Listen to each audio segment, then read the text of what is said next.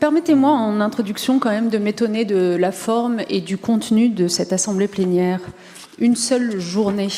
C'est le temps que votre majorité régionale a jugé nécessaire pour tenir cette session. Pardon, mais pour une région de notre taille, qui est confrontée comme partout ailleurs à un contexte national, international des plus angoissants, et aux urgences qui en découlent, qu'il s'agisse du pouvoir d'achat des Français, de nos concitoyens, qu'il s'agisse de la fragilisation de nos entreprises, qu'il s'agisse de la mise à mal de notre souveraineté, on aurait pu attendre un peu mieux, je crois, que cet ordre du jour sans dossier majeur et pour l'essentiel réduit à ce qui relève du réglementaire. Donc vraiment, sans vous chercher querelle, je tiens à vous dire que nous considérons que les habitants de cette région méritent un peu mieux qu'une assemblée qui tourne à vide quand le monde s'emballe autour de nous.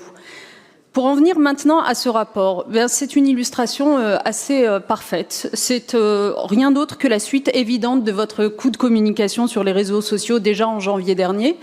Coup de communication qui avait d'ailleurs entraîné notre réaction simple, puisque vous annonciez le zéro produit Mercosur dans les assiettes de nos lycéens.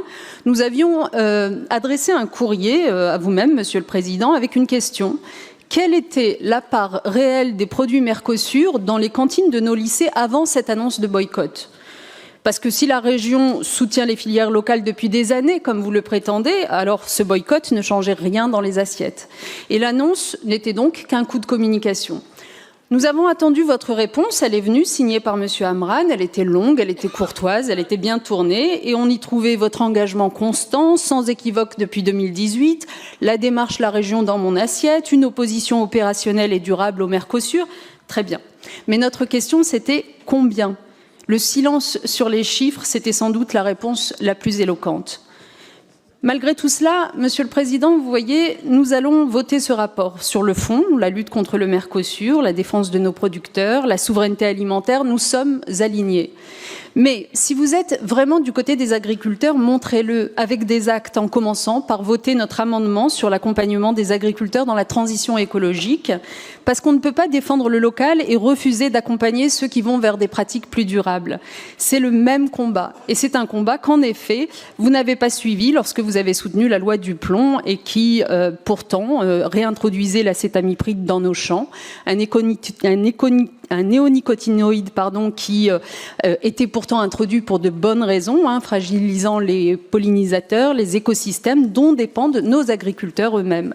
Donc cette contradiction, nous vous demandons simplement d'y mettre fin. Vous ne pouvez pas, à juste titre, dénoncer les standards agricoles moins exigeants du Mercosur et en même temps soutenir des mesures qui affaiblissent les nôtres.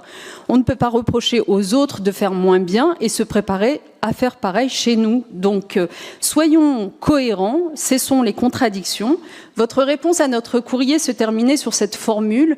Au-delà des sensibilités politiques, la défense de l'agriculture doit rassembler largement.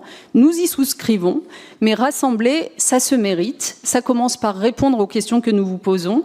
Ça se confirme en refusant de défendre des pesticides que nos voisins ont bannis.